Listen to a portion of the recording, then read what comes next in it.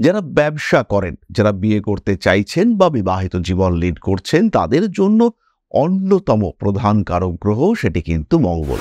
দ্বিতীয়পতি এবং সপ্তমপতি আমরা সবাই জানি যে কালপুরুষের 2 এবং 7 এই দুটো ঘরকে মারক বলা হয়। এই লর্ড মঙ্গল তিনি যখন 11th হাউসে রয়েছেন, দুটি জায়গা অ্যাফেক্টেড হবে। একটা হলো হাঁটুর ঠিক নিচের অংশ এবং দ্বিতীয় ক্ষেত্রটি হলো চেস্ট, বক্ষ, শ্বাস প্রশ্বাসের ব্যবস্থা। এই সম্পর্ক কিন্তু অনেক দিন ধরে খারাপ চলছিল, এবার একটু ভালো হওয়ার সম্ভাবনা তৈরি হতে দেখতে পাওয়া যাবে। খেয়াল রাখতে হবে, যেহেতু একাদশে কেতু, তাই জ্যোতিষ চর্চাকারী ব্যক্তিদের জন্য এই সময়টা কিন্তু বেশ শুভ। যদি আপনার জন্মকুণ্ডলিতে নক্ষত্রে অর্থাৎ 4, 8, 12 কিংবা 1, 5, 9 ইত্যাদি ঘরে কেতু অবস্থান করে এবং তার সঙ্গে সঙ্গে শনিদেব যদি জন্মকুণ্ডলিতে বলবান হয়ে থাকেন, সেই ক্ষেত্রে অবশ্যই জ্যোতিষের প্রতি আপনার আগ্রহ থাকবে। খেয়াল রাখতে হবে, তুলা রাশির প্রথম নক্ষত্র চিত্রা, সেই কিন্তু মঙ্গলের নক্ষত্র এবং তার সাকসেস রেট কিন্তু সবচেয়ে বেশি। প্রতারিত হওয়ার সম্ভাবনা এটা কিন্তু অবশ্যই রয়েছে। বিশেষ জটিল পরিস্থিতি আসতে পারে জীবনে, সেই পরিস্থিতি নিয়ন্ত্রণ করবার চেষ্টা অবশ্যই আপনাকে করতে হবে। রয়েছে বিদেশ যাত্রার সম্ভাবনা।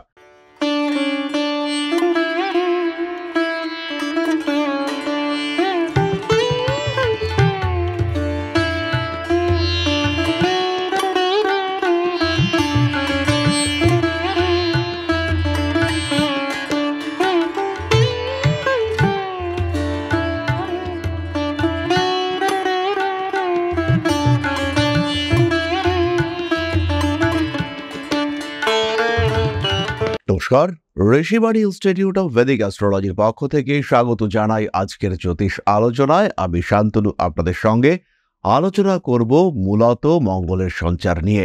তুলা রাশি কালপুরুষের সপ্তম রাশি, তার জন্য মঙ্গল হলো দ্বিতীয় এবং সপ্তমপতি। যারা ব্যবসা করেন, যারা বিয়ে করতে চাইছেন বা বিবাহিত জীবন লিড করছেন, তাদের জন্য অন্যতম প্রধান কারক গ্রহ সেটি কিন্তু মঙ্গল। ফাইন্যান্সিয়াল সাপোর্ট, অর্থনৈতিক উন্নতি, যে কোনো প্রকার গেইন এবং পঞ্চ ইন্দ্রিয় সমস্ত কিছুকে নিয়ন্ত্রণ করে মঙ্গল।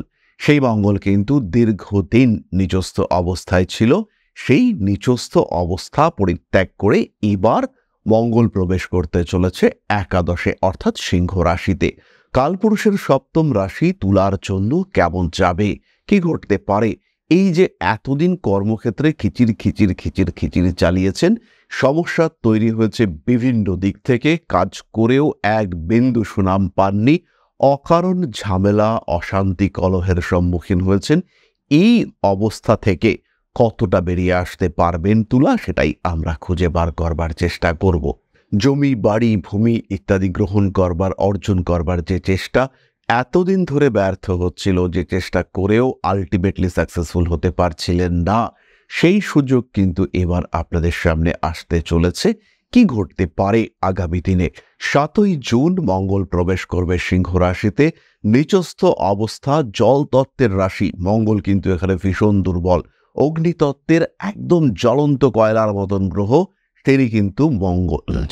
অগ্নিতত্ত্বের সম্পূর্ণ জ্বলন্ত কয়লার মতো যার অনুভূতি, অর্থাৎ অ্যাকচুয়ালি মঙ্গল গ্রহ জ্বলন্ত কয়লার মতো নয়, কিন্তু মঙ্গলকে যখন আমরা জ্যোতিষ শাস্ত্রে আলোচনা করি তখন তার অনুভূতি কিন্তু ঠিক এরকমই, একদম জ্বলন্ত অ্যাক্টিভেটেড অঙ্গারের মতন তার প্রকৃতি, তার প্রকাশ। সেই মঙ্গল এতদিন ছিলেন জল তত্ত্বের রাশিতে। একটা জ্বলন্ত কয়লা জলের মধ্যে থাকলে যেমন অবস্থা হয়, সেই অবস্থায় ছিলেন তিনি, তার নিচস্থ ক্ষেত্র। এবার কিন্তু মঙ্গল তার মিত্র ক্ষেত্রে অগ্নিতত্ত্বের রাশিতে অর্থাৎ সিংহ রাশিতে। মঙ্গল সিংহ রাশিতে প্রবেশের সাথে সাথে সেই নিভে যাওয়া আগুন আবার জ্বলে উঠবে। আবার কিন্তু কালপুরুষ তার হৃত শক্তি খুঁজে পাবে, একটা এনার্জি, ওভারঅল একটা গেইন ইন এনার্জি প্রত্যেকটা মানুষ কিন্তু দেখতে পাবেন। বহু না হওয়া কাজ, বহু না বলা কথা, সেগুলো এই সময় বলতে সক্ষম হবেন বিভিন্ন রাশির মানুষ। আজকে আমরা আলোচনা করব, কথা বলবো তুলার সাথে। যাই হোক না কেন, তুলা রাশি বা লগ্নের মানুষদের ক্ষেত্রে সাকসেস রেট বাড়বে। প্রথম বিষয়টি হলো, যারা ব্যবসা করতে চাইছেন, যারা নতুন করে একটা ব্যবসা করার পরিকল্পনা করেছেন এবং আলটিমেটলি সেই ব্যবসাটা কমপ্লিট হচ্ছে না, স্পেশালি যারা ভাবছিলেন একটা ক্লাউড কিচেন খুলবেন কিংবা একটা রেস্টুরেন্ট স্টার্ট করবেন কিংবা একটা রান্না করা খাবার দাবারের দোকান তৈরি করবেন কিংবা এমন একটা ফ্র্যাঞ্চাইজি নেবেন যেখানে গরম উত্তাপ আগুনকে কাজে লাগানো হয়, কিংবা এমন কোনো ব্যবসা করবেন যে ব্যবসায় ধারালো অস্ত্রের ব্যবহার রয়েছে, সেই সমস্ত প্রত্যেকটি মানুষের ক্ষেত্রে উন্নতি আসতে দেখতে পাওয়া যাবে। তাদের ক্ষেত্রে ডেভেলপমেন্ট দেবেন এই মঙ্গল। যদি খুব খারাপ দশাও চলে, সেই ক্ষেত্রেও কিন্তু কিছু না কিছু ইমপ্রুভমেন্ট মঙ্গল দেবেনই। আর ভালো দশা যদি চলে, সেই ক্ষেত্রে তো কথাই নেই।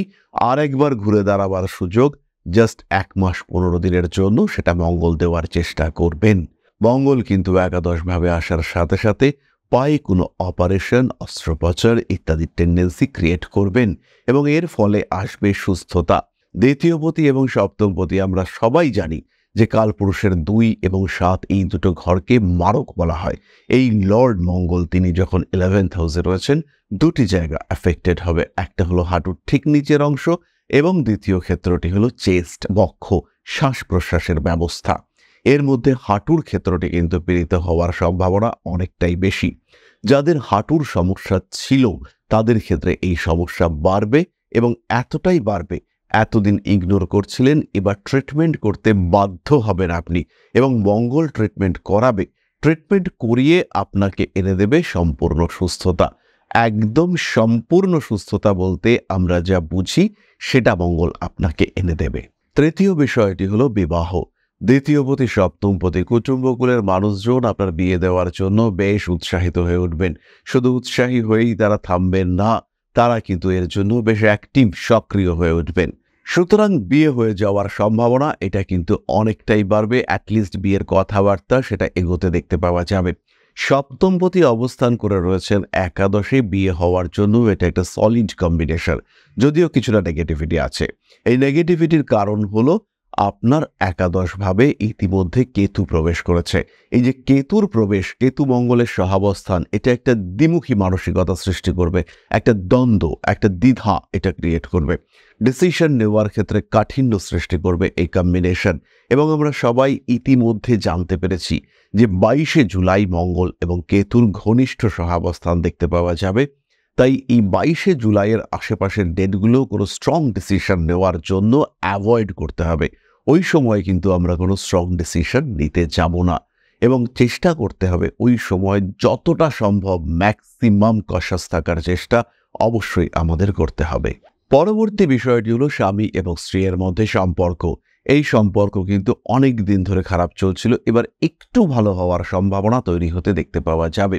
কিন্তু সেই সম্পর্কের মধ্যে খেয়াল রাখতে হবে, তৃতীয় ব্যক্তিকে হস্তক্ষেপের কোনো সুযোগ দেওয়া যাবে না। তৃতীয় ব্যক্তি যখনই কোনো রকম হস্তক্ষেপ করতে আসবেন, খেয়াল রাখতে হবে সেখানে কিন্তু একটা ষড়যন্ত্রের স্পর্শ থাকতে পারে। তাই সেই ষড়যন্ত্র থেকে নিজেকে মুক্ত রাখার চেষ্টা এটা অবশ্যই করতে হবে। ব্যবসার ক্ষেত্রে উন্নতি তো রয়েছে, এটা আমরা বললাম। প্রত্যেকটি ব্যবসাজীবীরা উন্নতি দেখতে পাবেন, এবং স্পেশালি যারা এক্সপোর্ট ইম্পোর্ট ওরিয়েন্টেড ব্যবসা করেন, যারা ফুড আইটেমের ব্যবসা করেন, যারা আগুন ধারালো অস্ত্র সম্পর্কযুক্ত ব্যবসা করেন, যারা মাংসের ব্যবসা করেন, যারা মদ্য সংক্রান্ত ব্যবসা করেন, তাদের ক্ষেত্রে কিন্তু ইমপ্রুভমেন্টের মাত্রা অনেক অনেক অনেক বেশি। এরই সঙ্গে সঙ্গে একাদশভাবে মঙ্গল অবস্থান করবার কারণে বিভিন্ন আটকে থাকা অর্থ বা সম্পদ, আটকে থাকা ডিসিশন, আটকে থাকা কাজের সুযোগ, সেগুলো ওপেন হতে দেখতে পাওয়া যাবে। একটু অ্যাগ্রেসিভ বিহেভিয়ার কখনো কখনো দেখতে পাওয়া যাবে, কিন্তু সেই অ্যাগ্রেসিভ বিহেভিয়ারকে ওভারকাম করবার ক্ষমতা সেটাও কিন্তু থাকবে মানুষের মধ্যে।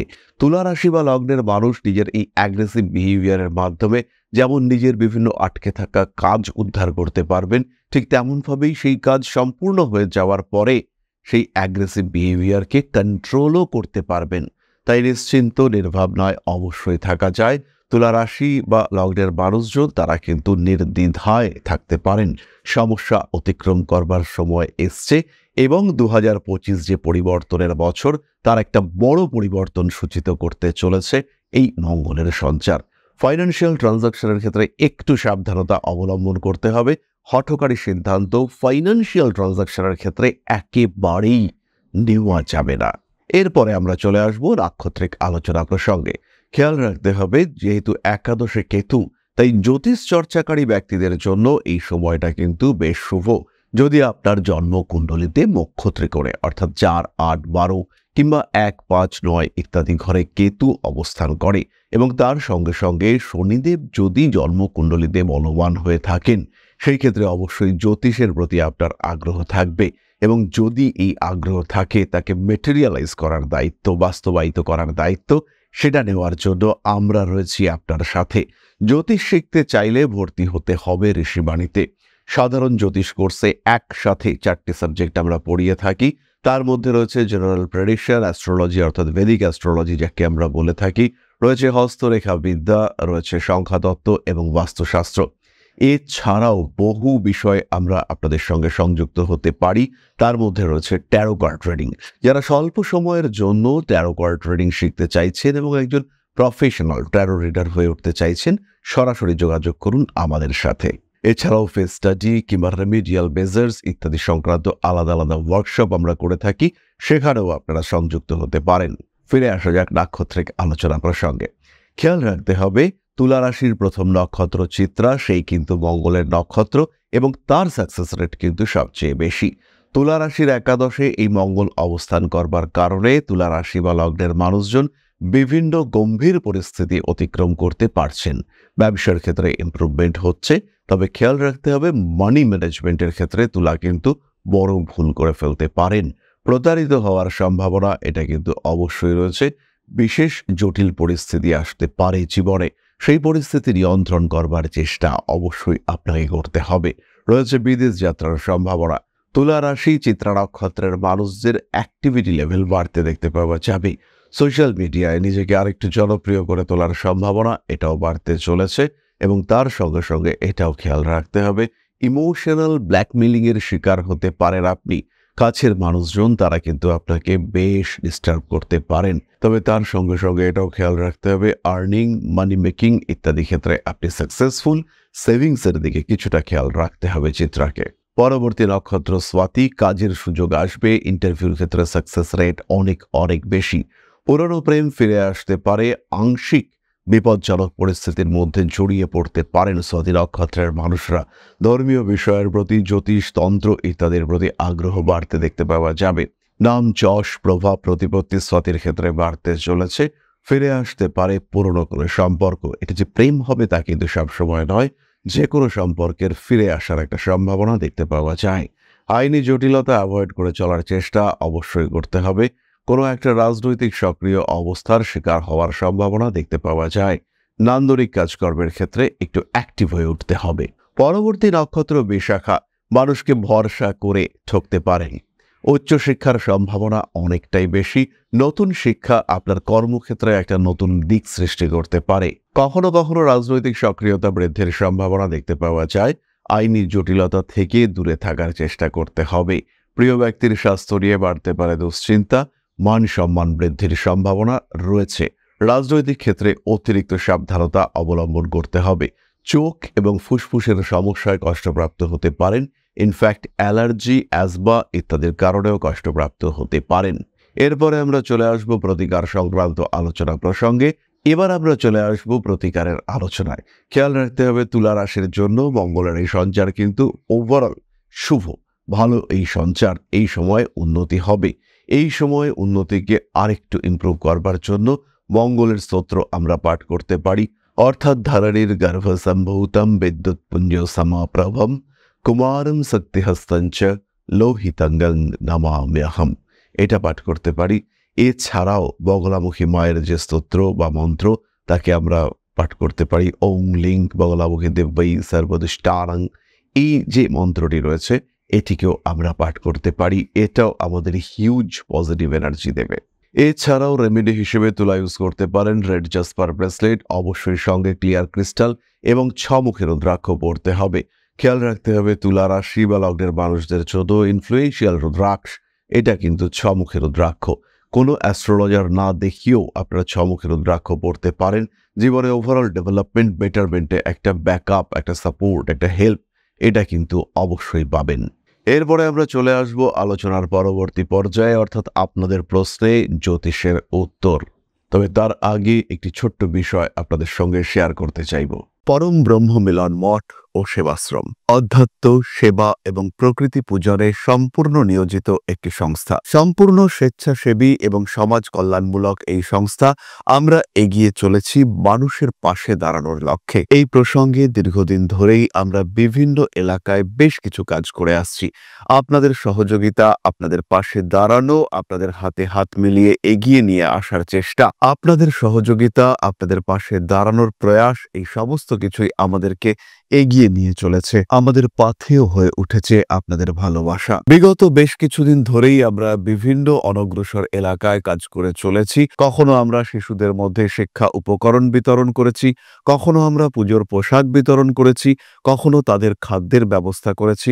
আমরা কন্টিনিউয়াসলি তাদের পড়াশোনার জন্য 2টি ফ্রি কোচিং সেন্টার শুরু করেছি। তাদের মধ্যে ক্রিয়েটিভ অ্যাক্টিভিটিগুলিকে জাগ্রত করবার জন্য সম্পূর্ণ বিনামূল্য একটি নৃত্য শিক্ষা প্রশিক্ষণের ব্যবস্থা, সেটা আমরা করতে সক্ষম হয়েছি। এবং এই প্রত্যেকটি পদক্ষেপেই আমরা পেয়েছি আপনাদের সঙ্গ, আমরা পেয়েছি আপনাদের সহযোগিতা, আমরা পেয়েছি আপনাদের ভালোবাসা। আমরা শীতকালে কম্বল বিতরণ করেছি, আমরা মায়েদের মধ্যে খাদ্য উপকরণ, পুষ্টি উপকরণ বিতরণ করেছি, আমরা বিতরণ করেছি ডেঙ্গুর সময় প্রচুর মশারি। এই প্রত্যেকটি কাজেই আপনারা ছিলেন আমাদের পাশে। বর্তমানে মানুষের ভালোবাসায় আমরা ধীরে ধীরে আরেকটু বড় হয়ে উঠছি। এই অবস্থায় বর্তমান পরিস্থিতিতে এই কাজগুলিকে আরো এগিয়ে নিয়ে যাওয়ার জন্য, সুষ্ঠুভাবে করবার জন্য প্রয়োজন একটি পরিকাঠামো। তাই আমরা চিন্তাভাবনা করছি একটি আশ্রম ফরমেশনের, এবং এর জন্য প্রয়োজন জমি, এর জন্য প্রয়োজন পরিকাঠামো। তাই যারা আমাদের সাবস্ক্রাইবার রয়েছেন, যারা আমাদের ভিউয়ার রয়েছেন, যারা আমাদের ফলোয়ার রয়েছেন,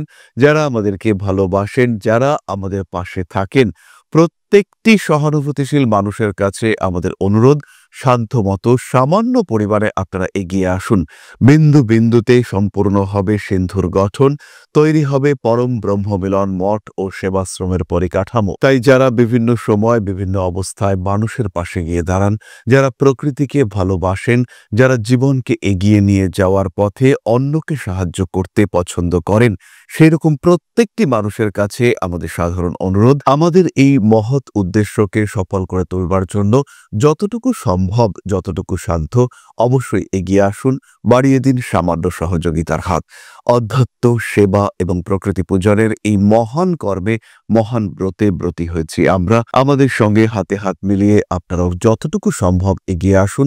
সবার প্রচেষ্টায় এই বিরাট কর্মযজ্ঞ সাফল্যমণ্ডিত হবে। সবাইকে জানাই অগ্রিম ধন্যবাদ। আমরা জানি আপনাদের সহযোগিতা আমরা পাবো। বেশ কিছুদিন ধরেই বহু মানুষ আমাদেরকে সাহায্য করে চলেছেন, কারণ আমাদের ইন্ডিভিজুয়াল সামর্থ্য অতি ক্ষুদ্র, তার মাধ্যমে এই মহৎ কার্যগুলিকে সম্পূর্ণ করা সম্ভব নয়। তাই প্রত্যেকের ছোট্ট ছোট্ট সহযোগিতার হাত আমাদেরকে এগিয়ে নিয়ে চলেছে। আমরা এগিয়ে চলেছি সাফল্যের লক্ষ্যে। আপনাদের ভালোবাসা এভাবেই আমাদের পাশে থাক, আমরা সফল হবই। তাহলে এবার আমরা চলে আসি আপনাদের প্রশ্ন পর্যায়ে। প্রশ্ন করেছেন শুভেন্দু চ্যাটার্জি। স্যার, আপনার ভিডিও দেখি, সব ভিডিওতেই কমেন্ট করি, কিন্তু কোনো রিপ্লাই পাই না। আমরা রীতিমতো দুঃখিত। শুভেন্দুর ডেট অফ বার্থ 19/9/2001, সময় 6:20 AM, place of birth Garhbeta. সরকারি চাকরি কি পাবো? শুভেন্দু, তোমার কন্যা লগ্ন এবং কন্যা রাশি, দশমভাবে বৃহস্পতি অবস্থান করে রয়েছে, সঙ্গে রয়েছে রাহু। রাহু এবং বৃহস্পতি দুজনেই কিন্তু একই নক্ষত্র, অর্থাৎ আর্দ্রাতে অবস্থান করে রয়েছে। এখানে বৃহস্পতির তুলনায় রাহুর সক্রিয়তা অনেক বেশি হওয়ায় চাকরি তুমি পাবেই, তবে তার সঙ্গে ল্যাক অফ স্যাটিসফ্যাকশন এটাও কিন্তু দেখতে পাওয়া যাবে। এই যে ঘরটি অর্থাৎ মিথুন রাশি, এর জন্য কিছু প্রতিকারের আবশ্যকতা রয়েছে। এই প্রতিকার ধারণ করলে পরে তোমার কিন্তু মুভমেন্ট, প্রফেশনাল ডেভেলপমেন্ট এটা অনেকটাই দেখতে পাওয়া যাবে। তাই তুমি অবশ্যই তোমার পরিচিত কোনো অ্যাস্ট্রোলজারের পরামর্শ গ্রহণ করো। তাহলে আজকের আলোচনা আমরা আর দীর্ঘায়িত করব না। সবাই সুস্থ থাকুন, ভালো থাকুন। মা শ্রী শ্রী আদিশক্তির আশীর্বাদে আপনাদের জীবন আরো আরো আরো সমৃদ্ধ হয়ে উঠুক। জয় মা আদিশক্তি। নমস্কার।